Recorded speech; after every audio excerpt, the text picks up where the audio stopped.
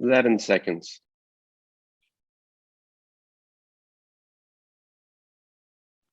4.5 seconds.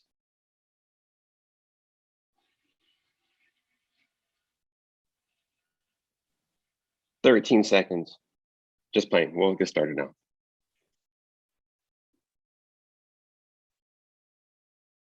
So, oops, yeah, I'm on. Okay. Thanks everybody for joining, and there may be some people that come in a little bit late, and that's fine. I just wanted to first thank you for attending the inaugural Zoom presentation discussion of the Drawn Out Conference. A special thanks to the Center for Learning and Teaching at Denison University through their Early Career Conference Program initiative that helps early career faculty like myself and some of my colleagues here build community, build support systems, enrich our artistic creative research and pedagogical practices. I don't think they were expecting me to give thanks or anything. I just wanted to do that. But I know conference sometimes maybe sounds a bit stuffy and maybe a bit too serious or academic. And this is a different kind of conference. This conference is structured more like a traveling exhibit. It is going to be accompanied with some, excuse me, some artist talks or presentations of some sort. And there is the theme of the conference is drawing and sort of drawing in quotation marks. So it's thought of more expansively, and it's more sort of the spirit of drawing. It doesn't necessarily have to be marks on paper, but it's marks that maybe are immediate and direct, and they are exploratory, experimental, low stakes, and somehow we're using these methods to arrive at some kind of new knowledge, you know, in some way to invigorate our art practice. And so the participants of this conference are based around the Ohio region. There's 7 of you all, and I'm sort of facilitating this conference. And I'll shout out the names of the people that are being included. It's Emmeline. Maybe you can say hi if you're here. Just this is what you can do. Say hi. So this way, if you're on the speaker mode, it'll show you real big, and then do a drawing with your body. Okay, however you want. So my name's Keith Spencer. I'm at Denison University, assistant professor. I'm organizing this conference. One of the participants include Emmeline Solomon from Albion College. Hello, drawing with my body. Heather Brand from Albion College. Hi, everybody. Zooming in and out included in drawing. John Barry from DePaul University. Hello. Lisa Walcott from Hope College. Hello. We have Justin Coleman from Denison University. Hello, everybody. So glad that you could all be here and I could make it too. Kate Hampel from Ohio University. Hello, everyone. I'm sorry, I don't think you can see my video, but I'm making a drawing with the trees in the sky above me. Thanks, Kate. And Edward Victor Sanchez from the University of Cincinnati School of Art. Hello, everyone. Perfect. All right. So as a collective, it has been decided that we will be undecided with how this conference plays out, hence Drawn Out. And it is sort of a good example that maybe Exquisite Corpse is a sort of inspiration to this. So as the exhibition travels, it will be put in a suitcase. It will go on to the next institution. It will be displayed somewhere on campus, perhaps. And then there will be an accompanying video Zoom presentation of some sort that will be adapted and modified however the artist participants deem fit or unfit. And it's worth noting that the conference is a drawing in its own right. more info, check out the website, drawnoutconference.com. That's where I'll be archiving the documentation of the different exhibits.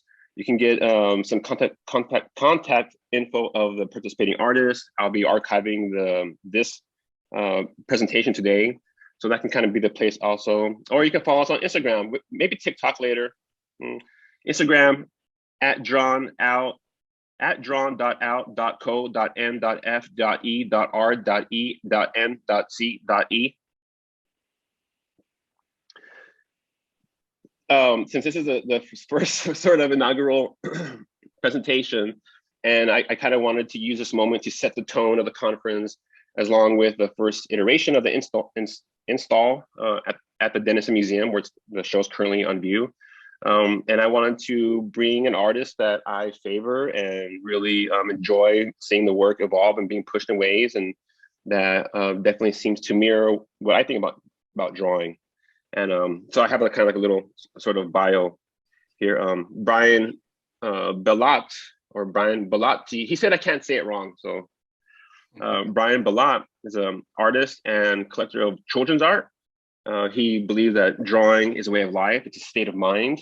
It's important in order to promote creativity to embark upon the voyage of a fool.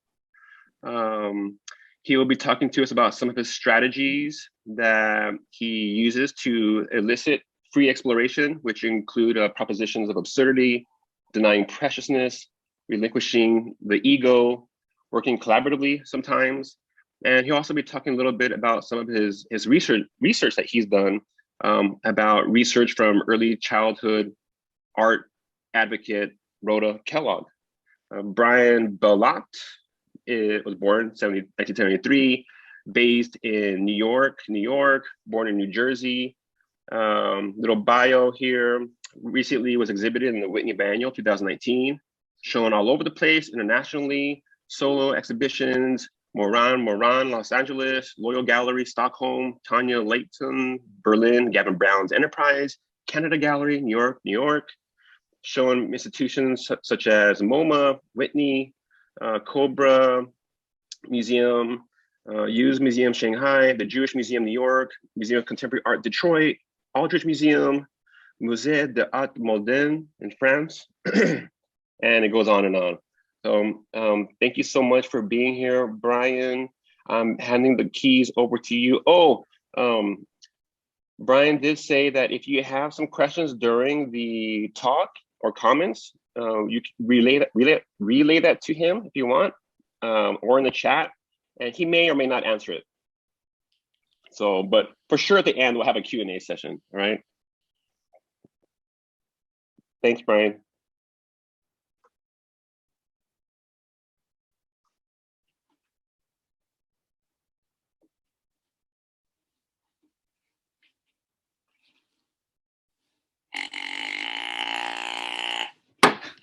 Hello. I cannot see anybody, which is just fantastic. All right. Here we go. Keith, thank you very much. Can everyone see me? Yep, we see you, we hear you, good. Oh, no.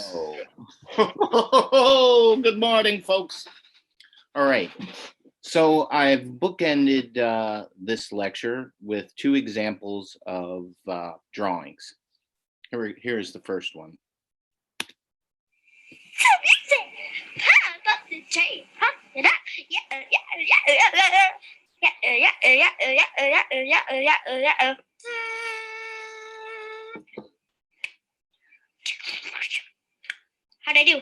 I do?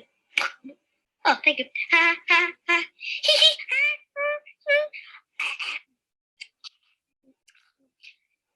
Hello. Talk to me all day.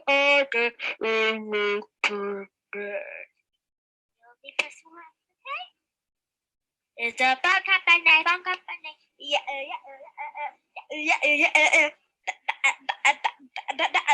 Bye. All right, so that first recording you heard is a found recording by a young girl named Courtney, who was actually found on an answering machine cassette, actually when answering machines were a thing, they were external, we didn't have cell phones, and normally they had 2 tapes in it, an outgoing message and then a tape that would collect all the messages. So that's from a large database archive that I take care of found recordings. But the reason that I played that was to get you into the idea of what I believe a drawing is. So now I thought that we would all start with the beginning. The beginning. The beginning. The beginning. Where have we heard that? Some old dusty book, maybe?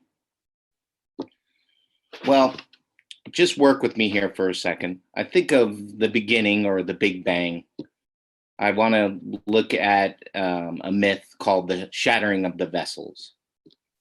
So if you could just entertain me for a second here, let's consider the idea of a zero. Now, imagine a zero, and all of a sudden a zero kind of gets pulled. So you have a zero, and then it becomes a cylinder, and a back happens. So there's our vessel. So in the shattering of the vessels, it's a explanation of how the universe or the Big Bang occurred. The reason I mention this is because we're going to be looking at children's art. And I think in a certain way, that is about observing a beginning. So in this myth, there were these vessels floating somewhere. I don't know, outer space or something, right? Now think of the idea of respiration, or let's say an accordion, a bellow.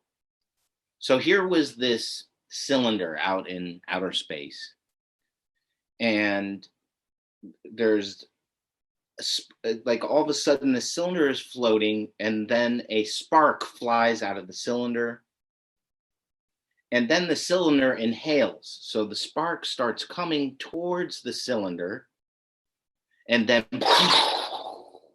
we have the Big Bang. So here's your cylinder. Don't ask me. Oh, Brian, you gotta share the screen. Oh, you're not seeing anything right now? No, not yet. Alrighty. Uh-oh.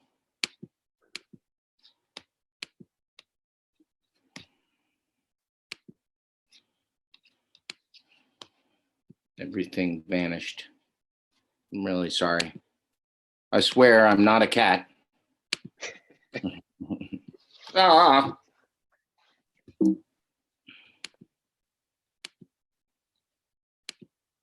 All right, share screen.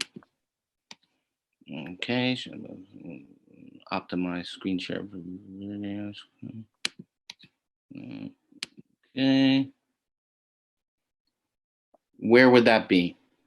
Go press that yellow button on the left-hand side. Got it. Uh-oh. Play.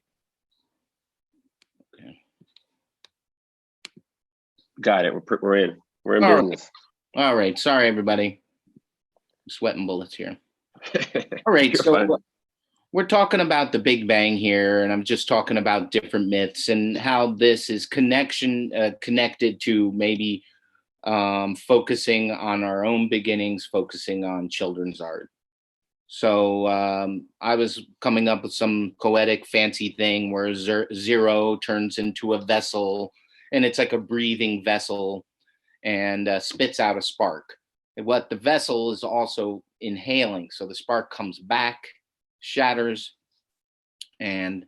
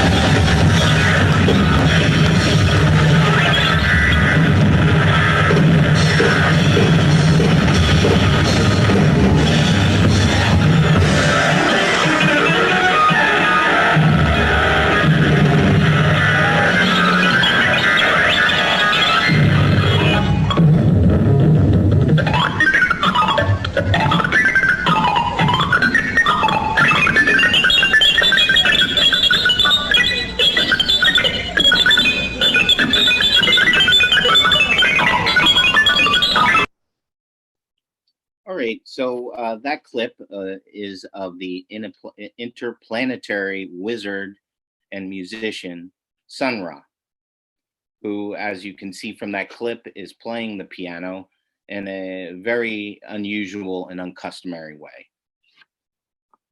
I will return to that later, but I would say that what's interesting there is his haptic approach. So back to the Zero.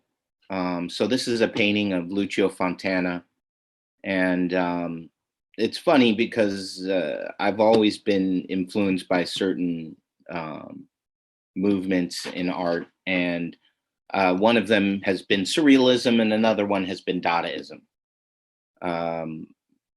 But for some reason, when I first saw this painting, I personally thought it was like the Joker going to a art museum and destroying everything. And I didn't necessarily understand how like thought-provoking this was. Like that, from its very destruction, was actually opening up a new set of possibilities. Another character, John Cage, is most famous for his composition 433. And it was a composition where there were no notes. And the first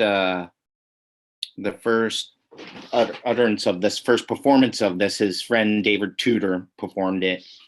And people got restless. People thought it was, they were, being brought on a joyride. But what was interesting was John Cage jumped into the ineffable, into the absurd, and came out in a certain way, creating a Zen composition. So if you could just imagine the first time this was played, and the respected David Tudor sat down at the piano and just sat there, the sounds from outside, the screeching chairs, the murmurs, maybe even the cat calls. And what people didn't really understand, that they were the music, that he kind of had flipped the script on them. And so I bring up his composition as an example, as a kind of mighty destruction of conventions. This is a Lamont Young, one step further. This is a composition where he feeds the piano hay. And once the pianist believes that the piano is satisfied, the composition is over. So we can really go to the outer limits on Starship Absurdity. So this first section is about Rhoda Kellogg. And Rhoda Kellogg is someone that I've been lucky enough to discover about 15 years ago through my love of children's art. I've been involved in the stream of art making called Art Brut. I worked for Donald Batchelor for a group of years. My mothers were elementary school teachers. I've been collecting children's art for when I was a teenager, I was collecting children's art. Anyhow, there was a good 10-year period where I was buying books on eBay. Any book that had to do with children's art, I bought it. And that's when I first confronted the work of Rhoda Kellogg. And her books stood out as some of the most definitive and interesting and very respectful. She writes in adulation for them. So here's one of her books analyzing children's art. And this one you can still get on eBay or Amazon. Actually, it's been reprinted by a school that she built. So here is Rhoda Kellogg. She was born in 1898 and died in 1987. Her life is like a Dostoevsky novel. She had a very intense, wonderful, rewarding, punishing life. She was born in Wisconsin. She went to school there. She went to school at Columbia University. She was a suffragette. She marched on Washington for women's right to vote. She was thrown in jail. She led a hunger strike. She had a daughter. That daughter passed away. She did so many things. It's too many. There isn't enough time to really discuss it right now. But at one point, she met Carl Jung and went under Jungian analysis. And that's when she was first came in contact with the idea of the mandala. And so what you'll see in this photograph behind her is a mandala that she sewed. That is kind of a map. I see it as her bat signal, but it's a map of children's art. And it's kind of like a glyph that sums up her life's work. So when she was in Jungian analysis, she was told that the mandala was, it's a Sanskrit word meaning magic circle, was a cross-cultural image that was popping up in multiple religions and stuff like that. What hit her as very interesting is that she was finding that mandalas were being naturally channeled through her children's that she was teaching. So through the children she was teaching, scribbling, these mandaloid shapes were emerging. So at that point, from that point on, she made it her business to never throw out one scribble. And so all the schools that she directed, not one scribble hit the garbage can. So here's an image of Rhoda Kellogg observing, lovingly watching a child make a finger painting. Here is another picture of Rhoda. You can see that she's surrounded by her art, along with giving lectures and disseminating her philosophy and teaching at UCLA and making countless books. She assembled a collection of children's art that was over 2 million examples of children's art. So in her lifetime, she was able to assemble over 2 million examples of children's art. So you can see her here. The work is framed, and what is she presenting but a kind of a mandaloid figure. Now, this is the school she built. It's still in operation on Ellis Street in San Francisco. It's called the Phoebe Hearst Learning Center, and it's a part of the Golden Gate Nursery Association, of which she was the director of multiple schools in the 50s, 60s, 70s. What's interesting about this building is that she actually designed it. So that's the thing. She was like a super pre-K teacher that was interested in the A to Z of how to service young children's needs. So, for instance, it's almost similar to Rudolf Steiner. She was interested in everything from what they ate to designing chairs and designing easels.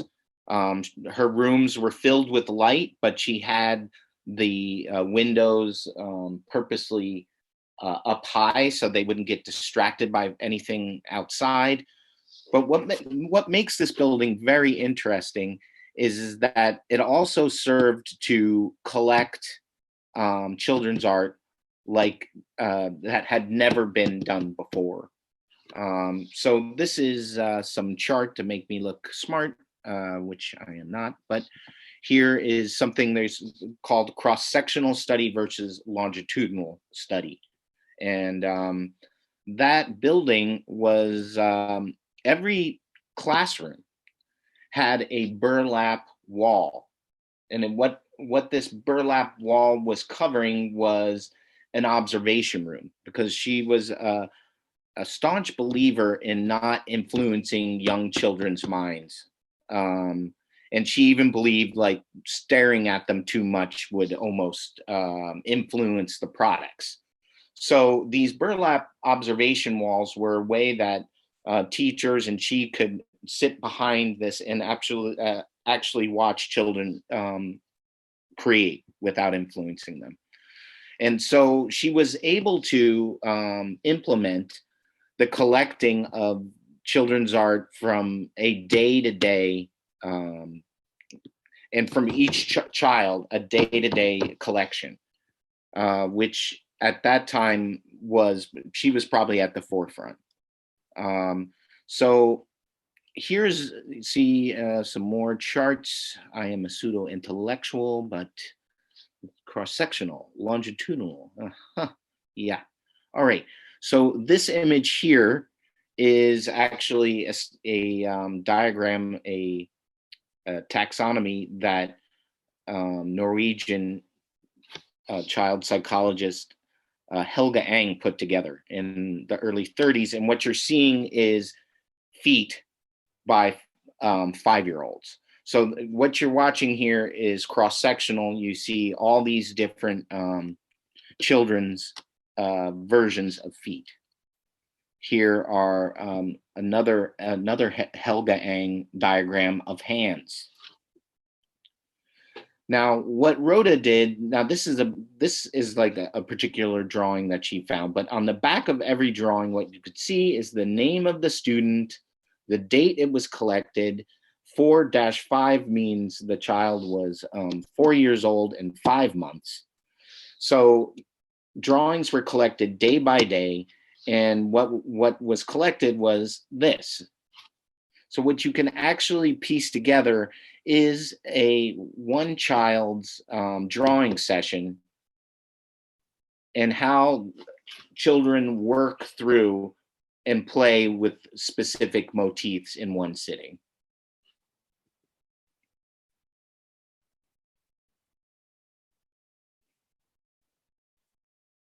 Here's another session.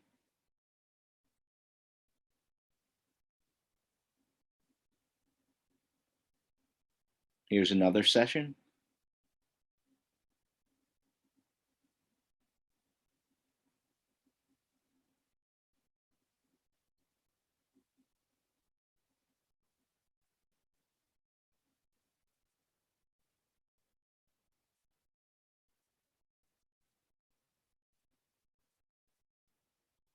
And here's one last session.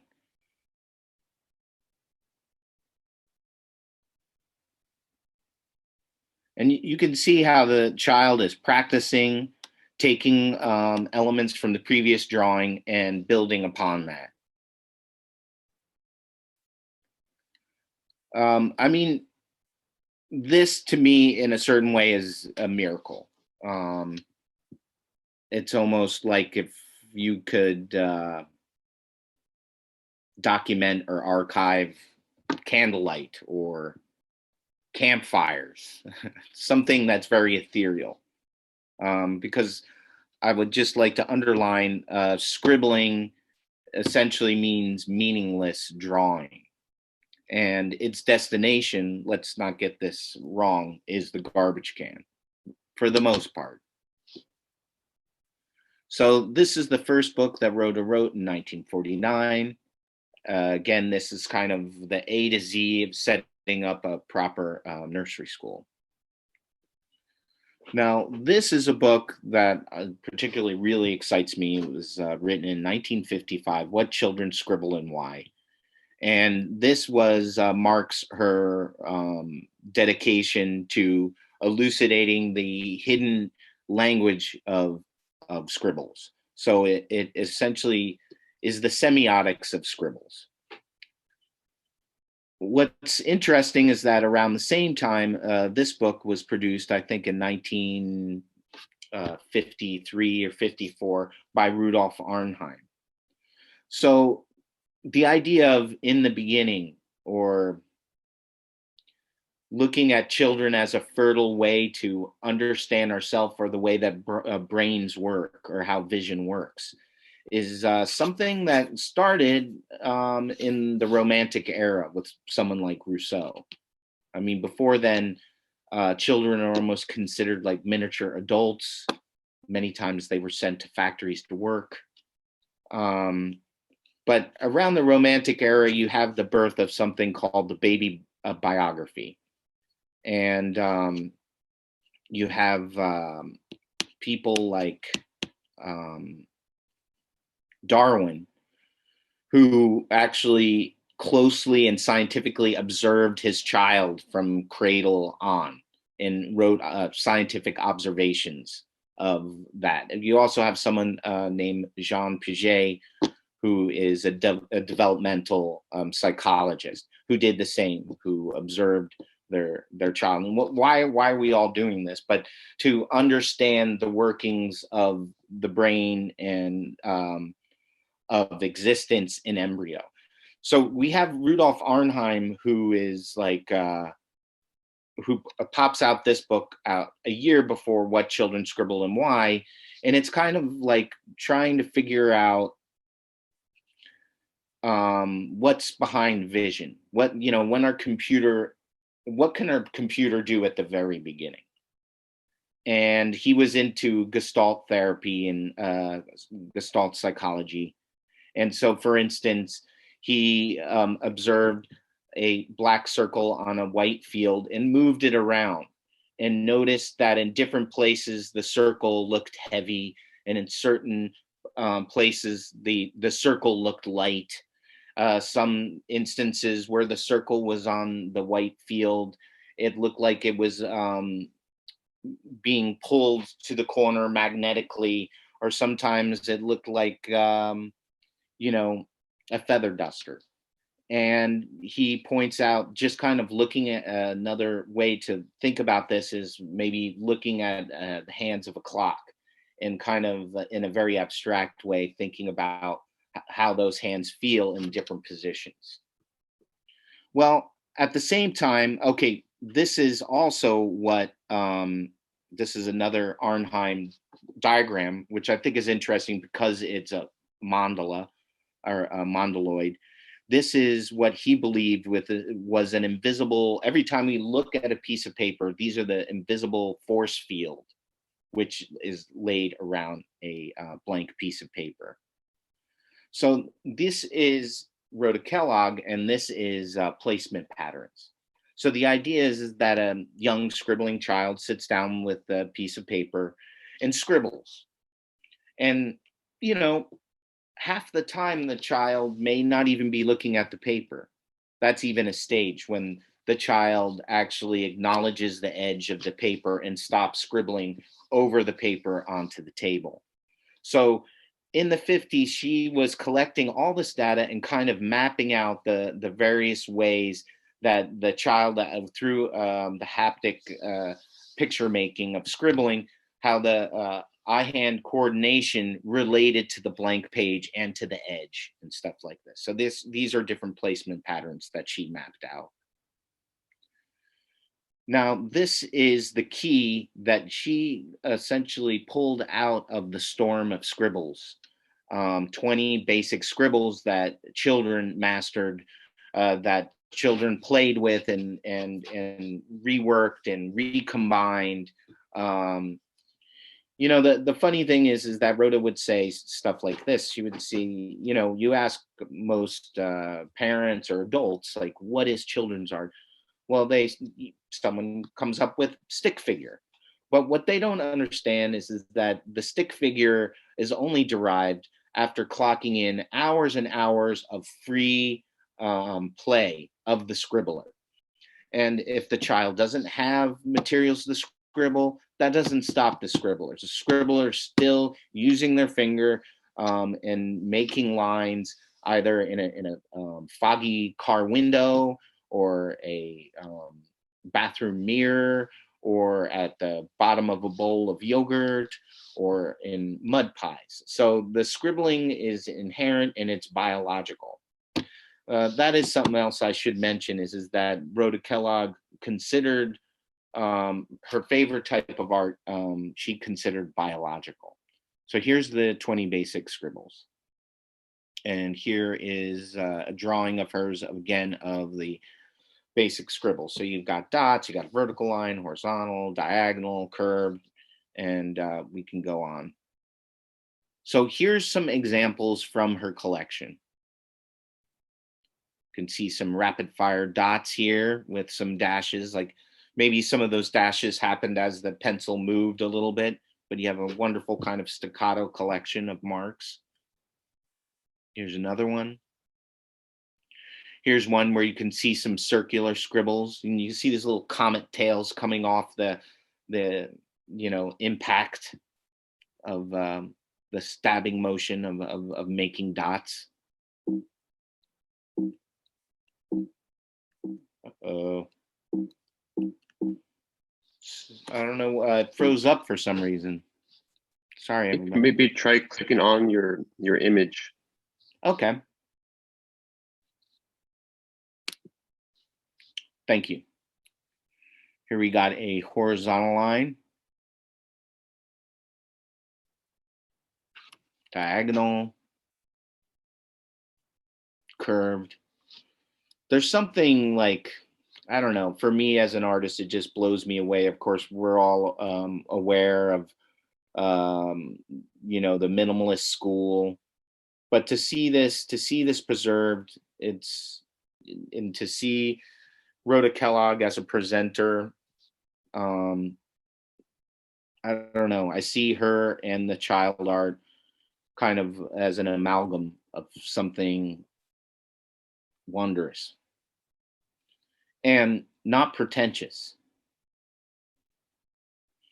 Now, here is Rhoda Kellogg. What she would do a lot of times is around a given sample, she would draw a very thin line around the perimeter of a given sample and then cut it out, which reminds me of the photographer Bentley. He's a Vermont photographer. And he was the first guy, or one of the first people, to give us hundreds, if not thousands, of pictures of snowflakes. And it was a really interesting procedure. He grew up on a farm in Vermont. I always project on the situation. I always see his brother and his father kind of being like, "What the hell are you doing here? Photographing snowflakes." I would have loved to see how he did this. I've never been to the museum. I don't know if one exists, but he had to create a frozen studio. He would go out and collect snowflakes during snowfall on a velvet board. And then he would take a quail feather and he would transfer the specimens to his frozen lab to photograph. Now, the reason I bring him up is because he would photograph them against a white background, but then afterwards would have to painstakingly cut them out. So I'm comparing him to Rhoda and how she painstakingly outlined children's scribbles. So this is a graph of children's scribbles of one child had made in one session, and then she made this graph of them. And here we go back to Bentley.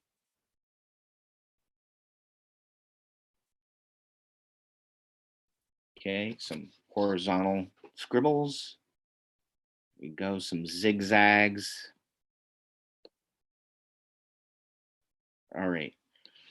So here's the mandala symbol that I had mentioned earlier that really excited her, that when she was in Jungian analysis, when she learned about the mandala, that is when she marched back to her schools and started her project of collecting and saving scribbles.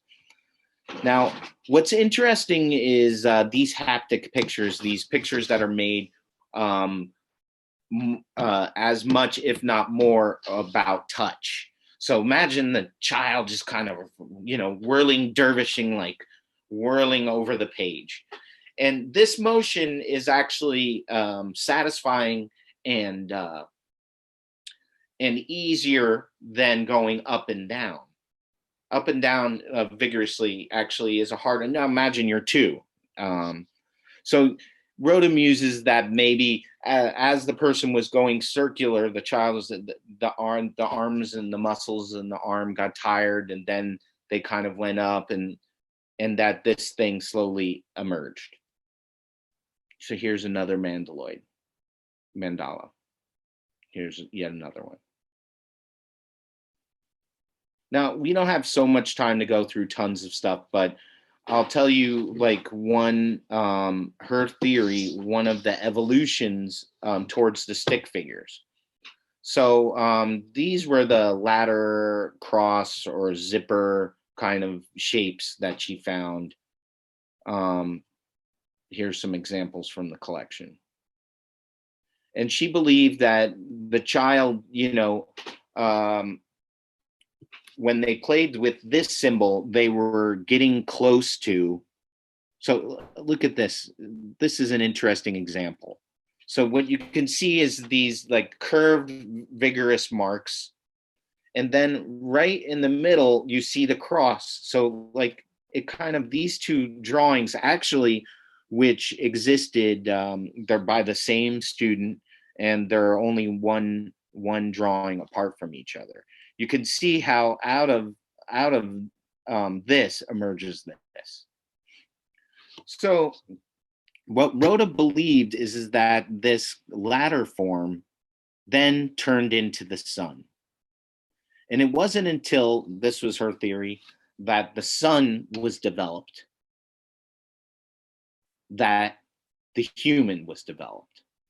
And you can see in this image what's kind of cool is you think about it like, well, you need the sun turns into the hair on top of the head, or maybe it turns into the eyelashes over the eye, or maybe it turns into the fingers or the feet.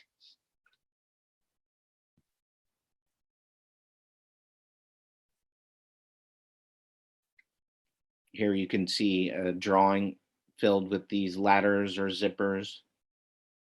And here we go marching towards the schematic world. This, I mean, it looks like a boat. I'm not sure what it is. All right. And now we're in schematic jail. Now we've reached the world of nameable objects. We're starting to leave the biological forms of scribbling.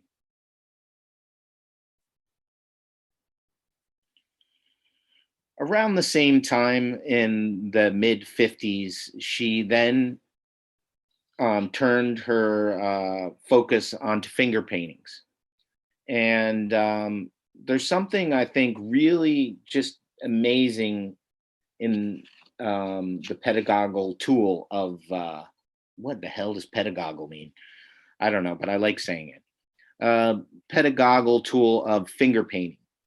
And so just like what do children scribble and why, this finger painting in the nursery school and this book, which came out maybe 3-4 years between each other, was an A to Z of how to set up the proper finger painting room.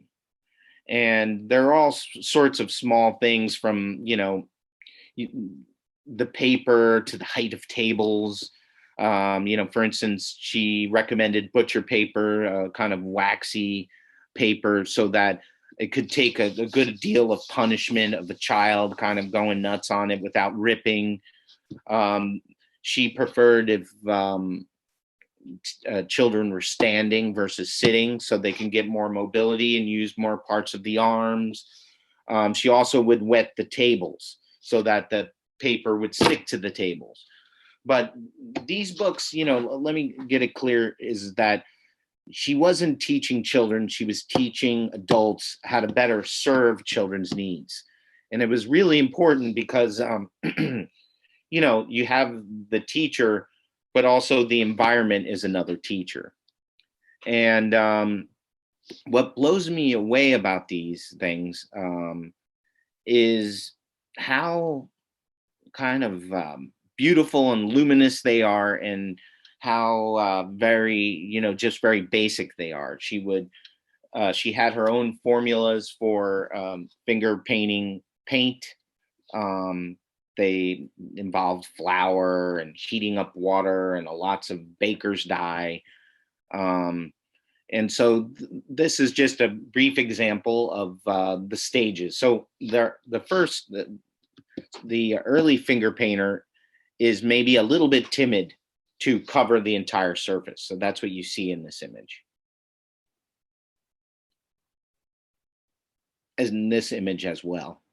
Now, what is really interesting at pedagogical tool is the idea that I think is really interesting is that it circumvents, you know, think about this. We're talking about, like, and I should have said this before, the age groups between 2 and 5. That's who she primarily focused on. A lot of these kids on the early part of the spectrum are just learning how to hold things, how to grasp things, learning how to hold a spoon, how to hold a pen, and let alone a paintbrush. So what's so exciting about finger painting is that you're using the entirety of the hands, and there's so many aspects to the hands. You have the fingernails, you have the knuckles, you have the side of the palm, you have the base of the palm, you have the wrists, you have the elbows. So even though you may not know how to write your name or hold a paintbrush, now you have a vocabulary of like 30 mark makers. It's a kind of miraculous thing here. And I just love how these things almost glow like stained glass. So you can see this one involves the forearm.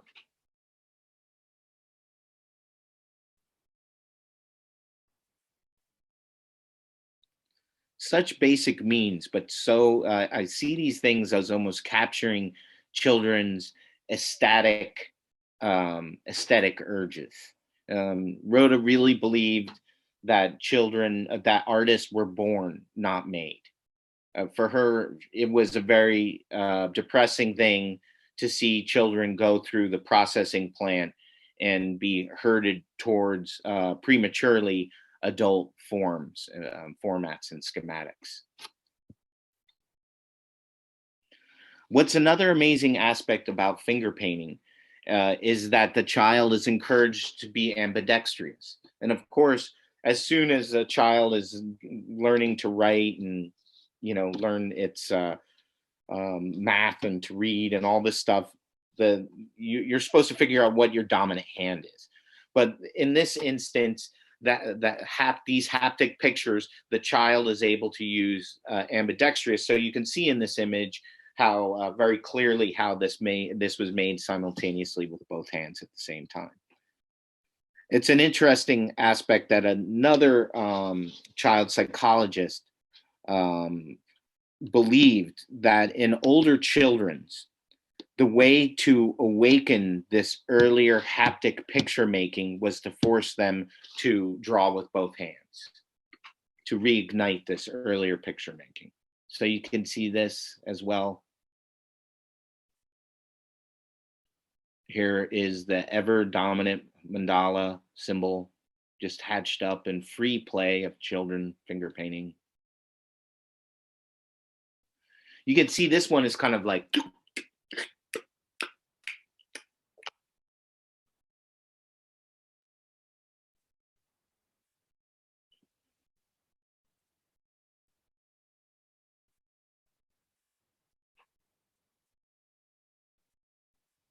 so many natural mandalas. Ooh, look at that one.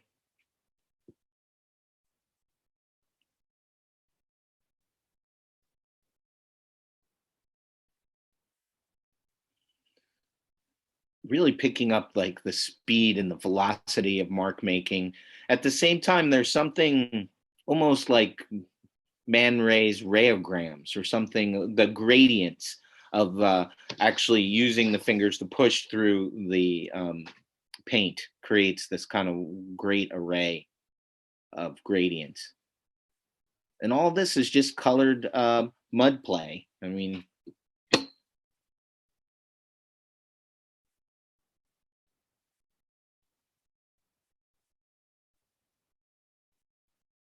oh man, I love this one. These last couple ones I just think are doozies. Nuts. This reminds me of like Monet's paintings when he was blind. Look at that one. Is that Bonnard or something? Nuts.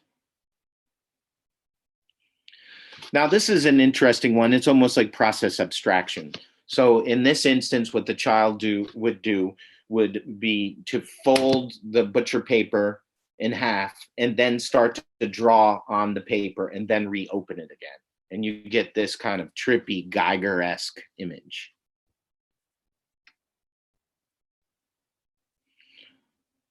All right, so this is an image of a teenager, and it's of a teenager's dream. And in this dream, the child flew out his bedroom window. And the reason I pulled this drawing out is to just kind of show you the sea of the collective of conscious, the sea of these biological art forms that are just channeled through this visual description of a 13-year-old's dream. And I'd like to connect it to the bat signal of Rhoda Kellogg and her amazing glyph that she created. This image is supposed to be read from the center out. So in the middle of this is the biological art forms and that happen or that pop up out of the free play of scribbles or finger painters. And as you travel out, they turn into the schematics of houses, of boats, of people, of armless people, of animals. And so this glyph that she made is something that was kind of like her religious symbol. And it's just, I think, something that really stops one in their tracks just to think about, vision and how symbols are created over a lifetime. Over the perimeter of it is some writing that just mentions that this glyph was created out of it was made in 1955, around the same time as the What Children Scribble and Why. And it just mentions that this glyph was based on the examination of 100,000 children specimens. Okay, so that I'm going to end this Rhoda Kellogg section with a clip of her speaking in her own words with some footage that was shot at her school. And if there is anything else that you'd like to say before we close the interview, I'd be happy if you would. Well, all I'd like to say to people who are influencing children both at school or at home in connection with drawing is that I think we should have an attitude of greater confidence in the child's natural ability. We should never interfere, never try to teach the young child, and we should not show our own preferences too much, because the child's mind is still, let's say, uncontaminated with a great deal that's in the adult mind. It also is unstored with a great deal that's good from the adult mind. And we can't begin to bridge that gap, because we can't, as adults, erase what we know. But what we know, or we think we know, about children's art is largely erroneous, I think. And I say that on the basis of the fact that my claims are based on a study of 500,000 drawings. They're documented, you see. In other words, I have to look at them very objectively, exactly as to how they're structured, rather than what I think the child is trying to express or say. I went up to Nepal with drawings, and in Bali too. I took paper and pencil to children who'd never had it. And they drew exactly the same things that they're drawing all over the world, because these children have been making these same marks in the sand or on dusty stones. I mean, it's just a part of life. In other words, our aesthetic sense is biological. And we better not interfere with children, just respect it. Hands off. All right, so that's the end of the first section about Rhoda Kellogg. Thanks for hanging in and listening to all that. I can't help but think that Rhoda Kellogg would be tormented in these times, seeing how prevalent screen time is, and would be very pissed at our tech overlords, especially because she believed that how important play is, that child's play is not child's play. Child's play is building ideas. We play games, child's play games, and using laptops or iPads essentially destroys the spectrum of touch. You know, certain kindergarten teachers, I've been lucky enough for the past 5 years since I've worked with the archive to work closely beside some pre-K teachers. And they would tell me certain things about their sport. One thing is certain pre-K teachers don't like magic markers for 2-year-olds. Why? Because they want the 2-year-old to build musculature, so they give them a more waxy crayon, so that there's a certain type of resist to make the mark, which builds up things. Now think about, even though a child doesn't know the word crayon, that brain is building, certain synapses are being built based on its interaction with the outside world, with a waxy crayon versus some street chalk versus the magic marker versus the pencil. And all these things are being built up in the brain. And so when you streamline everything for children by giving them a pad that they just use their finger and they can go somewhere, and I don't know, I feel that's really robbing children of a wider spectrum of artistic play. It's streamlining them. Anyhow, I won't proselytize about that too much, but I just think she would go wild about it. And for instance, she hated coloring books. She felt that was a rude slap in the face to children. Anyhow, all right. So this next video is we're getting on to the more of my work and the idea of drawing as something that's like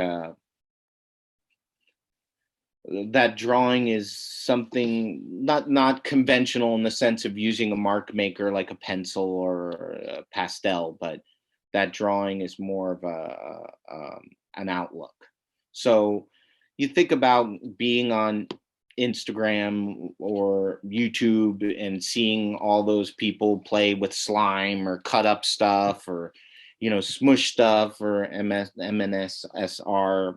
I'm saying it wrong, the whispering stuff, all this kind of weird stuff.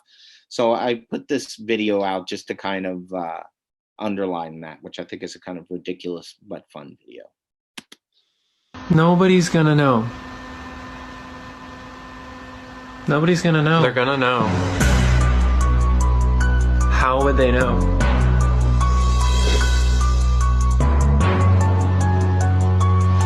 How would they know? How would they know? I can't. Oh my God. Okay. So for me, this is kind of one of the core legs of drawing, is a certain type of ridiculous action, something fun, something that maybe would even bring you back to kind of this kind of childhood energy a pranksterish energy. So now I'm just going to get into some. This is an exhibition right here that I did of drawings, and it was a drawing show that I did in Brooklyn in 2 galleries. And essentially what I wanted to do was cover both galleries from floor to ceiling with drawings. Now, one thing, one of the parameters that I asked was that they used no color. So it was just black and white. Another aspect to it was I asked all of the artists if they could make a wall drawing and a floor drawing. Now, not all the artists agreed to do this. But strangely, what I found was that the artists that did make a floor drawing came to me and reported back with a very similar story. And so what they said to me was, Brian, I was working on the 2 drawings. I spent a week and a half, 2 weeks on making this stellar drawing for the wall. And then right before I met you, I dropped off the drawings, I made the floor drawing. And what wound up happening is that a lot of these people said that a lot of the artists that participated, I wound up liking the drawing for the floor better than what I worked on for the wall. I found this very interesting. But I think it had something to do with ambition.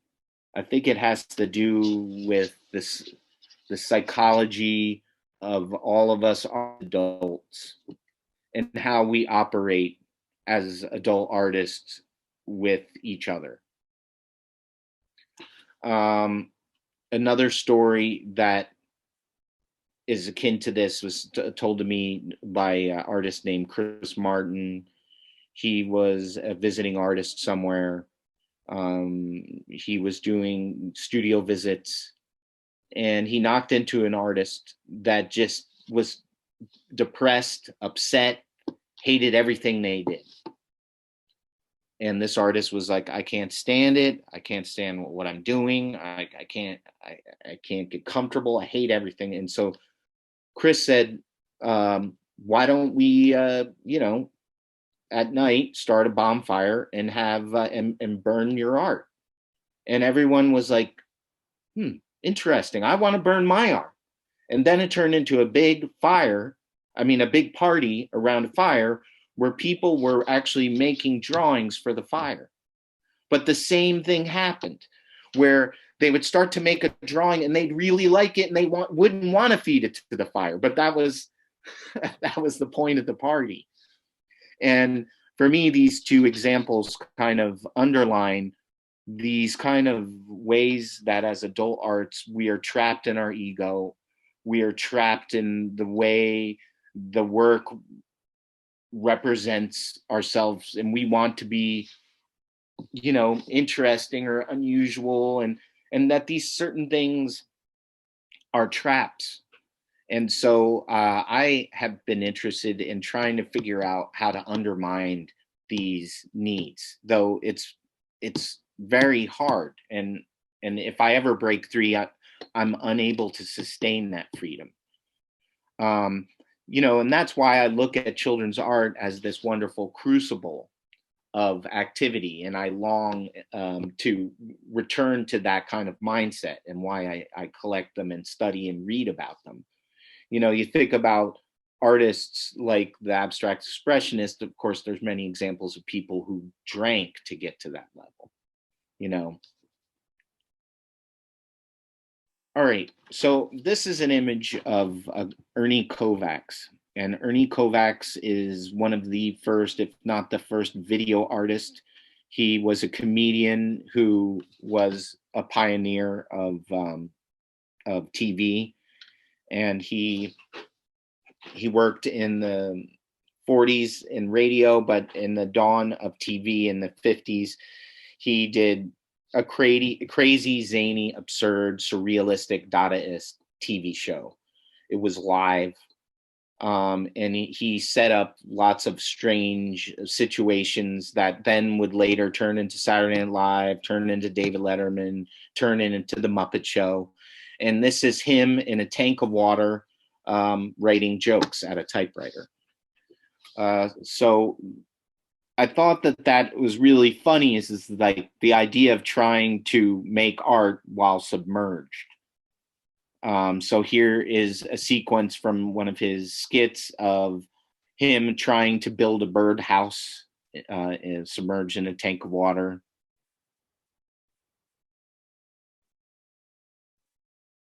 Of course, the slats are floating away. He, like Groucho Marx, had this. He always brandished a cigar. So here, him taking a toke of his stogie. How he pulled this trick off was the smoke was milk.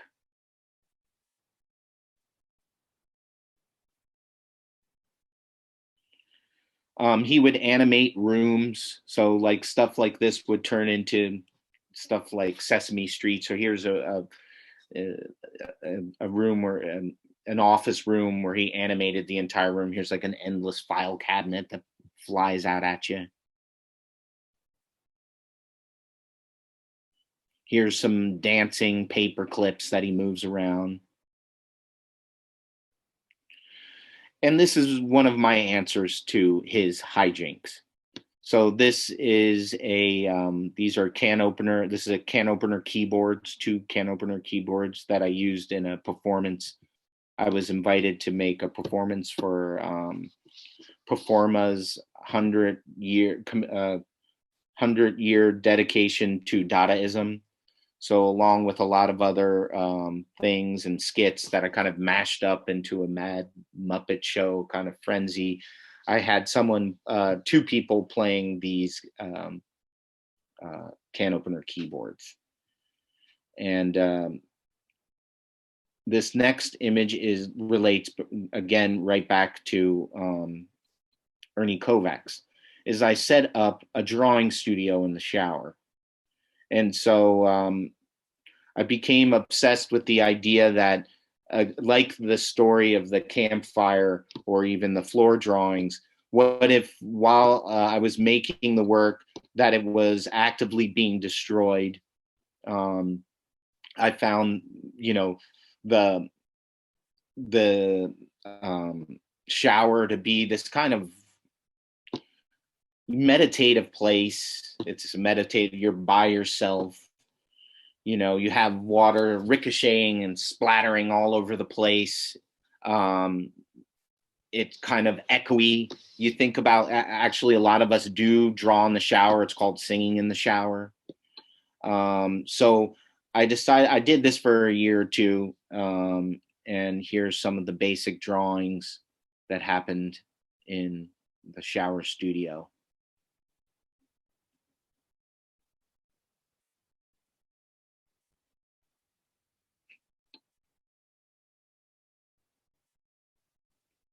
All right, so we're on the last leg of the lecture, everybody.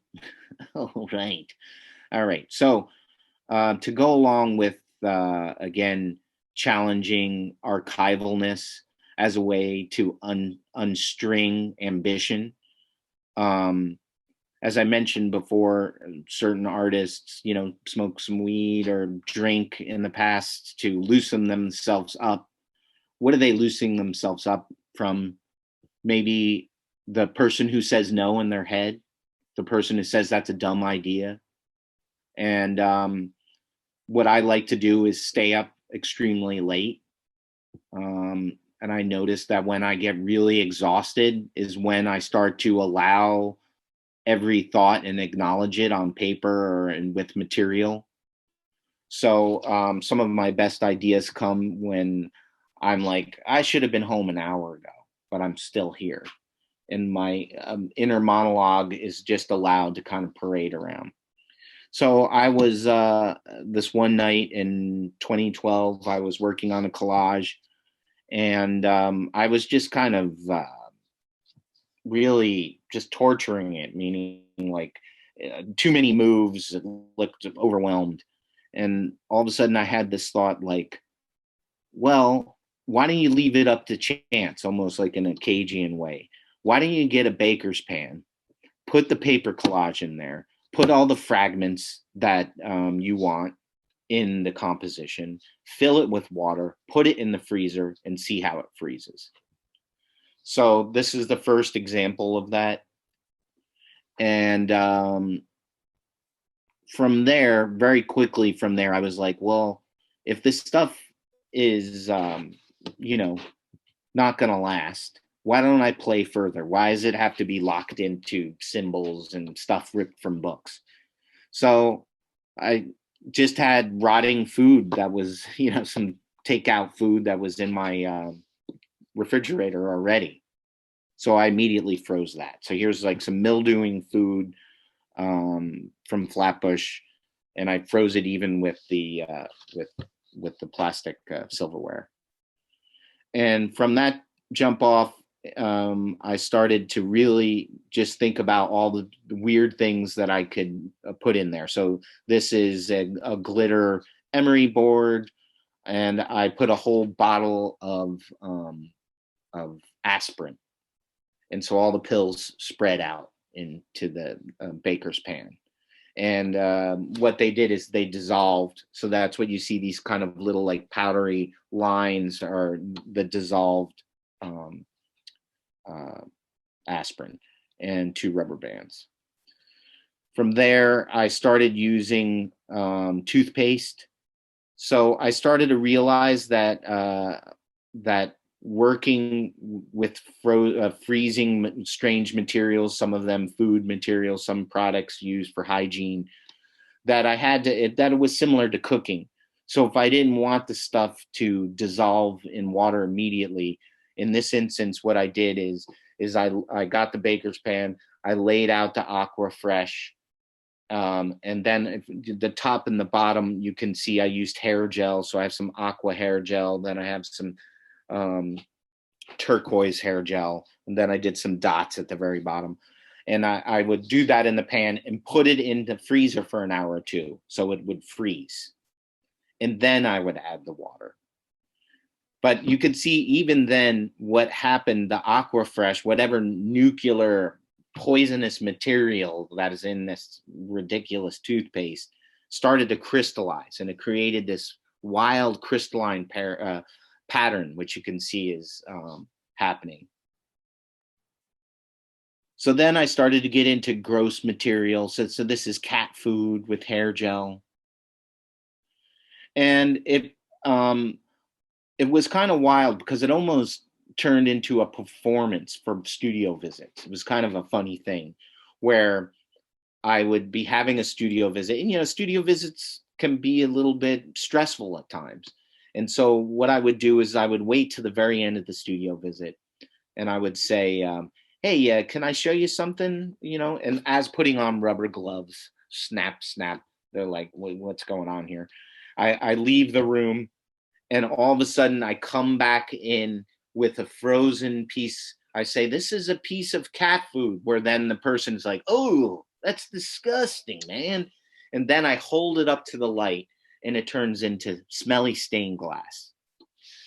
So this is something that I really like. So this is one of the works being made. I would make these little trowels out of cardboard and fill it with different types of colored hair gel, and then pack it together with cat food, and then freeze it, and it would turn into this. And I like this idea of the union of opposites, the idea that something is smelly and disgusting and then pretty at the same time, or something that's art that's almost impossible to be commodified, because how does anyone take care of this and monitor this smelly baby, So I would keep these things in my refrigerator as long as I could. But what I didn't understand is that they were subject to something called sublimation. And the fact that the freezer was not a airtight situation, when you would open it and close it, these things would slowly evaporate. So this work this is what the work looked like about a year and a half later of me holding on to it. I eventually got rid of it, but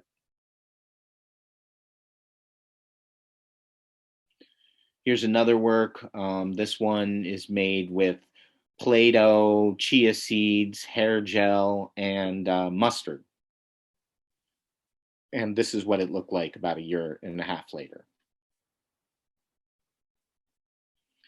Here's another frozen work, one of my more favorite ones. It's made with a grandfather clock weight sheath, a foot massager, doorknobs, plastic pieces from 70s puzzle, and hair gel. And this is what it looked like about a year and a half later. All right, here's just some other examples of some frozen work out there. These are the frozen blood heads of Quinn. Pretty grody. Here's David Hammonds in the front of Cooper Union with his amazing selling snowball performance. Pretty amazing.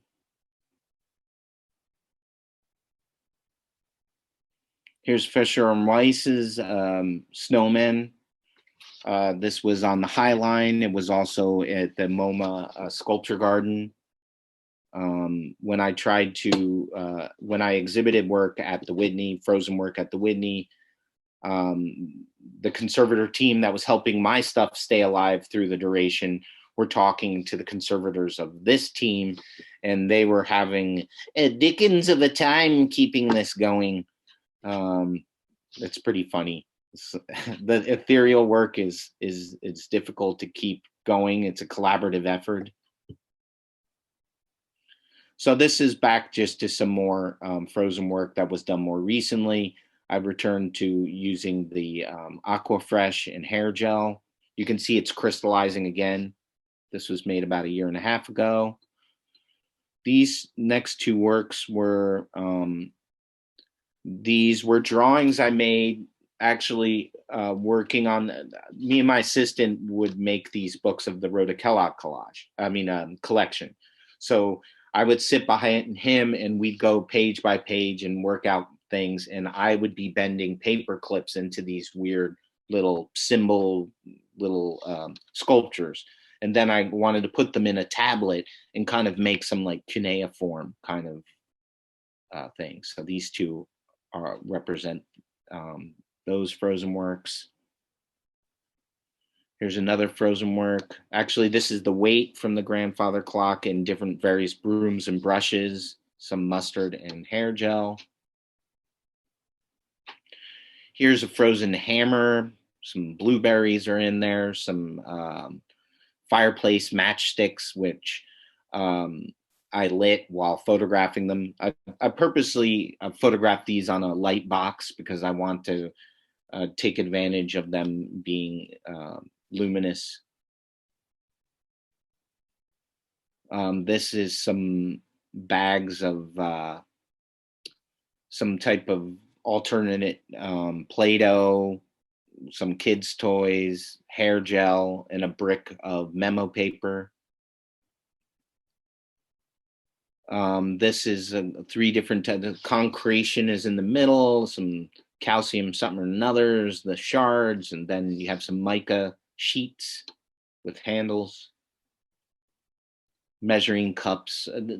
It just became something really wild, and the project made me feel like a child again, because it was like, well what if? What if? And I feel like in a certain way that the destiny of these things being unmanageable, that they would at any minute could be destroyed or melted or over a year do disappear, allowed my what if to acknowledge it in a way more playful way than I would have if I had archival or expensive material. Here is this is an install shot of of the frozen work at the Whitney. This is what it wound up looking at like in the Whitney. And here is what I'm closing with. It's kind of the snake eating its tail. It's like the beginning and the ending. This is an incredible performer. Her name is Valeska Gert. She was a Jewish German dancer, performer in all sorts of movies from Eisenstein, Renoir, and Fellini. She played a amazing role of a hermaphroditic seer. Now, what she's doing here on a German talk show is showing her incredible ability to imitate a child.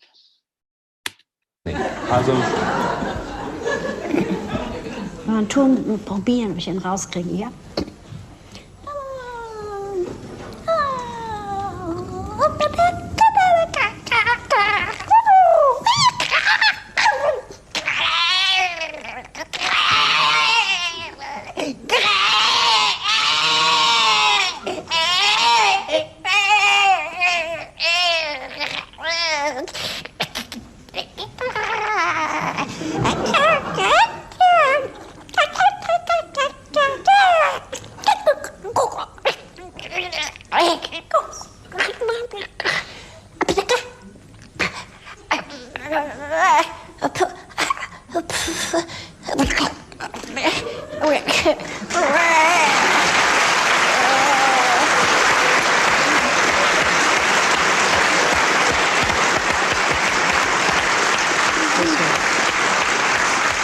And with that, I just want to thank everyone for being so patient, hearing me ramble on about all this stuff. And thank you, Mr. Spencer, for setting up this talk. Thank you very much.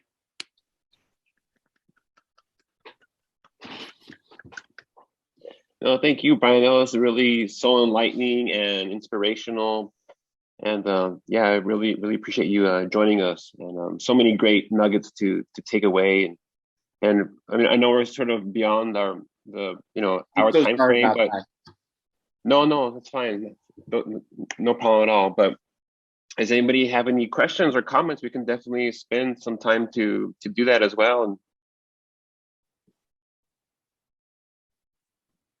Edward, go for it. Hey, Brian, thank you very much for everything you show. It's fantastic to get in touch with all this information. I was curious. Does the refrigerator, the freezer works? Do you consider also the photographical documentation as a work, or just documentation? It's hard not to ignore that aspect, right? But I don't sell the photographs as art objects. For me, it's seeing who would be game to show these wily things in the first place. And it really involves someone to be a collaborator. So when these works were at the Whitney, I got to really hang out and work with the prep team. They bought another freezer, and I actually brought more works than were shown in the cases at one time. And as things would melt, they would kind of melt away from the throngs that held them in place. And they had to be removed, put in a freezer, brought to the back, and then the prep team would revive them by pouring in hair gel and pouring water, letting them melt, and then reviving the water or the hair gel. And so it became a real collaborative thing. I also found out that actually many of the works at the Whitney needed to be maintained, a lot of the mechanical aspects. But it was cool because it kind of turned them into kids, or, it was like a childlike process that someone has to be down to maintain. So it's something that you really, you have to commit to it. And I like that aspect as a social aspect, as a performative aspect. And I'm currently trying to work on a book, but I've never sold a photograph of it. But I understand your question, that in a certain way, what you're seeing is something completely different than seeing them in person. They're two completely different things.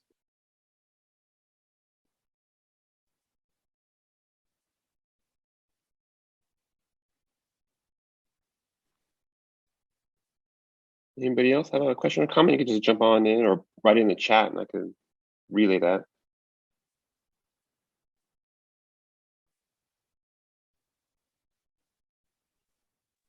Do you have any specific criteria for the children's art that you collect? It's changed through the years of the projects. I used to really love, at the very beginning, I didn't understand scribbles or really care about them. Even though some of my more favorite artists are abstract, like Agnes Martin or Ellsworth Kelly. So over time studying Rhoda Kellogg and her theories, it's made me a real big fan of scribbling and the more abstract work. The idea that there's almost, from what I understand of like brain chemistry, which is zilch, is that there's more parts of the brain dedicated to your hand than your eye. And so that apprehending the world is so much about touch. And if you think of the young toddler, like grabbing and grasping stuff, and the hand is almost like a group of explorers, you know. So I'm interested in the idea of haptic pictures, you know. Mm-hmm. That's what interests me currently. It has all my attention. Thank you. I love to prompt my children, so I'm really thinking about like the burlap and like letting them be free versus it's fun to give them prompts and see what happens, but that's probably more for me than for them. So you have me thinking about just my role with my kids and making work and letting them be. So thanks for the thought-provoking insights there. Absolutely. Like, you know, Rhoda is, you know, her own philosopher. It's not like she's got, you know, I think she's a goddess, but you know, there's all these different theories, you know. I just worry about when I see first and second grade classes where people use cookie cutter. There's cookie cutterism occurring. There's stencils, and I feel that instead of using coloring books, what happens when kids draw their own figures and fill them in themselves? I think there's something more dynamic in their brain rather than having the adult kind of work, you know, make a solution. Half of it is already solved for them. Mm-hmm. Yeah, I agree. Thank you. Thank you. I've got just a little follow-up to that. Is I was fascinated with the things that she learned about wetting the paper, the wax paper, and then that video of the child working on that drawing. It made me aware, and you were talking about hands as a kind of sensory. There's an elevation of the hands as a thinking tool, but there are parameters put in place by someone other than the kid. And so, in one sense, while there might be the burlap, trying to remove yourself from control, every material is a prompt. I mean, like a pile of sand would be different than paint and wax paper. So I'm kind of curious how the impossibility of total extraction of the observer, or whether her philosophy was that total extraction was possible. You know, I think that was an ideal, and it's something she stressed when she was teaching teachers. For instance, back into the finger painting classroom, it was very important for the teachers to be attentive, because eventually kids would make pictures on top of pictures on top of pictures until the paper would dissolve or rip. So another point was for the teacher to keep a sharp eye and maybe suggests to a finger painter, hey, would you like a new piece of paper? You know, so there were, that was another element where the teacher would actually say, let's stop, you know, because maybe not all of the students would be like, look, I finished something. They would just kind of work on it until it dissolved. But that's another thing about Rhoda Kellogg's theories and also Arnheim's, is that there is something in our computer from day one, which is a prompt or something we can only see that is influencing the picture making. Like the mobility of the arms. She believed that also that, you know, babies probably could make most of the 20 basic scribbles if you were able to somehow attach a mark maker to their flailing arms. So even our biology informs the marks we make, of course. And that's what you're talking about what influences picture making. So I think that looking at biological art, you are knock right into what can the hand do of a young person and what does the eye do, you know, even for the teacher, you know.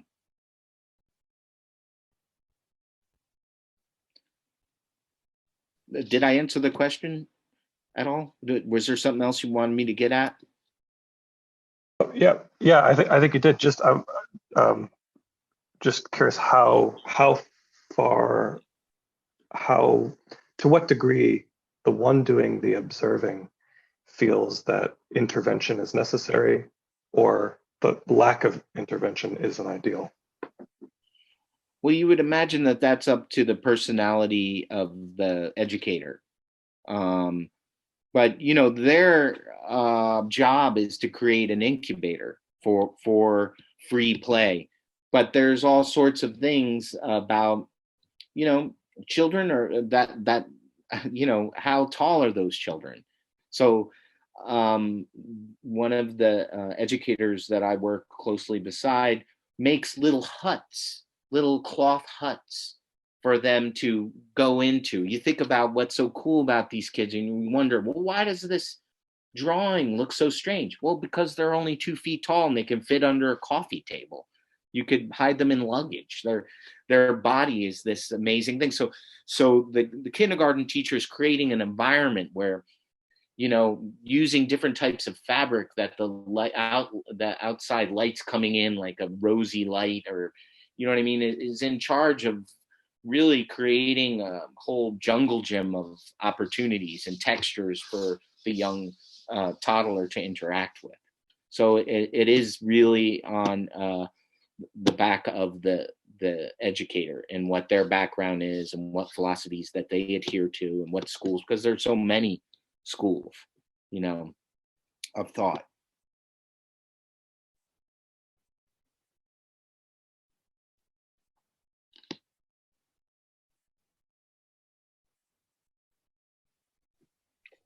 Yeah, I was thinking, you know, just kind of about the mantra, how, you know, to sort of devalue abstraction, and sometimes it's like my kid could do that, and a way to, you know, delegitimize abstraction. And maybe you're kind of like getting to this already, I think, with our biology and how maybe our motor skills are ahead of our eye usage or optics, whatever. But I guess I was thinking that, you know, it's hard to tap into that loss of inhibition and to do what a kid is doing. You know, that's a real sort of challenge and struggle, and it almost feels impossible sometimes. I mean, look at those drawings and how she's drawing with the elbows and kind of like scratching, and all that. She's like, oh gosh, I want to do that. And there's some sort of like courage, or, you know, that needs to occur, and realization, and it kind of like speaking against those heads in your voice is saying like, oh, a kid can do this. This is not of any value. It's too easy, or whatever it might be, you know. So I think I remember, Brian, and correct me if I'm wrong, but I think I read somewhere that maybe there was a body of work that you were doing, that you were trying to, or you were emulating paintings or drawings in the same sort of manner that children were doing, and that there was a realization that you couldn't do it. Is that? Yeah, well, you know, I've been trying to copy children's work for a long while. When I was at Cooper, I was trying to imitate my own childhood drawings, which was loaded, so it was a little bit difficult. Then I turned years later, a decade or so later, I started copying work that I found from the books that I collected off eBay. This was schematic work. This was figurative work. And when I started the project, it was fun because like copying, I don't know why isn't done more. Well, it's not done more because you're supposed to come up with a genius idea out of nowhere, which of course is never the fact. But the idea of copying is kind of like a cookbook. You sit down and so you can release your shoulders and relax and be like, okay, I see where I'm going. And at the same time, I would try to make these paintings pretty rapidly so as to capture that hit it and quit it slapdash quality that children have. But in the end, I was unsatisfied with my work. So I would call them failures. And I loved trying to sell them, which was impossible, or it was very difficult because a collector or a dealer doesn't want to hear, hey, will you sell my failure? Which I thought was another way to just kind of genuflect towards the child as being the god of their denizen. And but you know, I think about you know, more recently in some more recent projects of how I've addressed trying to do abstract work. And I think about how when the recess bell rings and all the kids tear outside to the field and how they hop and skip and roll. And, you know, I think about like, what if that recess or playground was the piece of paper, and how one could possibly, through speed and velocity, think about the movement of your hand rather than making a good picture, you know? And so I had mentioned that that philosopher, I mean, that psychologist Wolfgang, who thought that having his students try to draw with both hands again was a way to unlock or kind of at least, you know, crack open the knob on this earlier haptic touch-oriented picture making. So when I was doing the shower studio, I would sometimes even get annoyed that water was interrupting the process. So I try to fill the paper extremely quick and almost look at the line, maybe even as a small human that was jumping and flipping and twirling and something like that, and try to keep the idea of all of those abstract expressionist or modernist people out of my mind and think of it more as of a mechanical thing. So, but I still inevitably think I'd like the children's art better, you know, but I try, I continue. Yeah, definitely. It's hard to meet that, or to beat those drawings. They're really, really wonderful. Well, Brian, thank you so much for your time with us and for being part of the Drawn Out conference. And I hope to kind of catch you online in the future and keep you updated with what's going on. And that's it for the Drawn Out conference inaugural Zoom presentation online session. Well, thanks for having me. And if any of you are in Brooklyn, drop me an email, come by the studio. Thanks so much for hearing me out talking about all this stuff, and have a great weekend. Thank you so very much for having me. It's been awesome. All right. Thank you all. Stay tuned for more details in the upcoming agenda. See ya. Bye. Take care. Bye-bye.